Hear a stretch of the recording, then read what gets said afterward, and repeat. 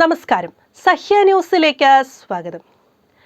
PSC അംഗത്വവുമായി ബന്ധപ്പെട്ട ഉയർന്നുവന്ന പരാതികളെക്കുറിച്ച് ഗൗരവമായ അന്വേഷണം നടത്താൻ സർക്കാർ സന്നദ്ധമാണെന്ന് മുഖ്യമന്ത്രി പിണറായി വിജയൻ.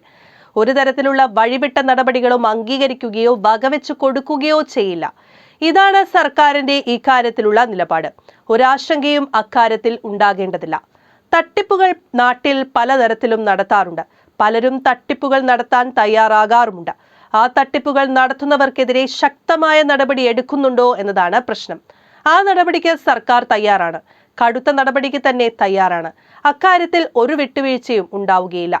ഭരണഘടനാ സ്ഥാപനമായ PSCയെ ഇതിന്റെ ഭാഗമായി കരിവാരി തേക്കാൻ ശ്രമിക്കരുതെന്ന് മുഖ്യമന്ത്രി പറഞ്ഞു. നിയമസഭയിൽ പ്രതിപക്ഷ നേതാവ് VD സതീശന്റെ സബ്മിഷന് മറുപടി നൽകുകയായിരുന്നു മുഖ്യമന്ത്രി.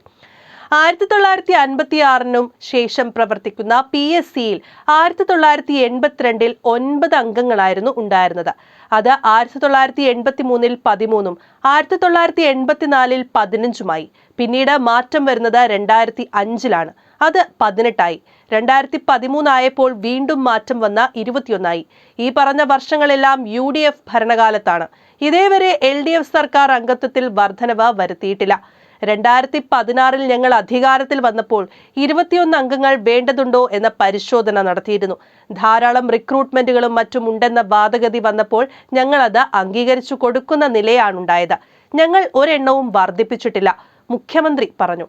PSC അംഗങ്ങളായി നിയമിക്കപ്പെടുന്നവരെ കുറിച്ച് പൊതുവിൽ വലിയ ആക്ഷേപങ്ങളൊന്നും ഉയർന്നു വന്നിട്ടില്ല എന്നതാണ് വസ്തുത. എന്നാൽ നാം ഓർക്കേണ്ട കാര്യം 2004 ഇതുമായി ബന്ധപ്പെട്ട വലിയ വിവാദം ഉയർന്നു വന്നിരുന്നു. അതിൽ അന്തരിച്ചു പോയ K കരുണാകരൻ, ഉമ്മൻചാണ്ടി, ആര്യാടൻ മുഹമ്മദ്, വക്കം പുരുഷോത്തമൻ എന്നിവരുടെയെല്ലാം പേരുമായി ബന്ധപ്പെട്ട വിവാദങ്ങൾ ആ ഘട്ടത്തിൽ ഉയർന്നു വന്നിരുന്നു. ഇവിടെ നിയതമായ മാനദണ്ഡങ്ങൾ കൃത്യമായി പാലിച്ചുകൊണ്ടാണ് PSC അംഗങ്ങളെ നിയമിക്കുന്നത്. സർവദാ യോഗ്യരായ ഇത്തരമൊരു ഭരണഘടനാ സ്ഥാപനത്തിലിരിക്കാൻ അർഹതയുള്ള ആളുകളെ മാത്രം നിശ്ചയിക്കുക എന്ന രീതിയിലാണ് സർക്കാർ സ്വീകരിച്ചു വരുന്നത്. അതിനകത്ത് ഏതെങ്കിലും തരത്തിലുള്ള തെറ്റായ രീതികളോ ദുസ്വാധീനങ്ങളോ ഉണ്ടാകുന്നില്ല എന്നത് ഉറപ്പിച്ചു തന്നെ പറയാനാകും. അതുകൊണ്ട് തന്നെ ഇതേവരെയുള്ള PSCയുടെ പ്രവർത്തനം എടുത്ത് പരിശോധിച്ചാൽ നിയമിക്കപ്പെട്ട PSC അംഗങ്ങളെക്കുറിച്ച് എന്തെങ്കിലും ആക്ഷേപമോ PSC അംഗങ്ങളുടെ നിയമനത്തെക്കുറിച്ച് മറ്റേതെങ്കിലും തരത്തിലുള്ള ആക്ഷേപമോ ഉയർന്നു വന്നിട്ടില്ല. ഭരണഘടന ഉറപ്പു നൽകുന്ന തരത്തിലുള്ള കൃത്യമായ ചുമതല ഇവർ നിറവേറ്റുന്നുവെന്നാണ് നമുക്ക് കാണാൻ കഴിയുന്ന വസ്തുത. പ്രതിപക്ഷ നേതാവ് ഈ പ്രശ്നം ഇവിടെ ഉന്നയിക്കാൻ തീരുമാനിച്ചതിന്റെ അടിസ്ഥാനത്തിൽ ഉപോത്ബലകരമായി വസ്തുത എന്തെങ്കിലും വേണമെന്നതിനാൽ ഇന്ന് കാലത്ത് 8:21 കോഴിക്കോട് സിറ്റി പോലീസ് കമ്മീഷണർക്ക് ഇത്തരമൊരു ആക്ഷേപം ഉന്നയിച്ചുകൊണ്ട് Indian youth Congress general secretary എന്ന് പറഞ്ഞ ഒരു ഇമെയിൽ അയച്ചിട്ടുണ്ട്.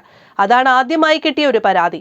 പ്രതിപക്ഷ നേതാവ് സംസാരിക്കുമ്പോൾ പരാതി വേണമല്ലോ എന്ന് കൃത്യമായ ധാരണയോടെ തയ്യാറാക്കിയതാണ് അതെന്ന് ആർക്കും മനസ്സിലാകും. രാജ്യത്ത് തന്നെ ഏറ്റവും മാതൃകാപരമായ പ്രവർത്തനം നടത്തുന്ന റിക്രൂട്ടിംഗ് ഏജൻസിയാണ് കേരള പബ്ലിക് സർവീസ് കമ്മീഷൻ. സുതാര്യമായ തിരഞ്ഞെടുപ്പ് പ്രക്രിയയിൽ ഇതുവരെ യാതൊരു തരത്തിലുമുള്ള ബാഹ്യ ഇടപെടലും ഉണ്ടായിട്ടില്ല എന്നത് അംഗീകരിക്കപ്പെട്ടതാണ്.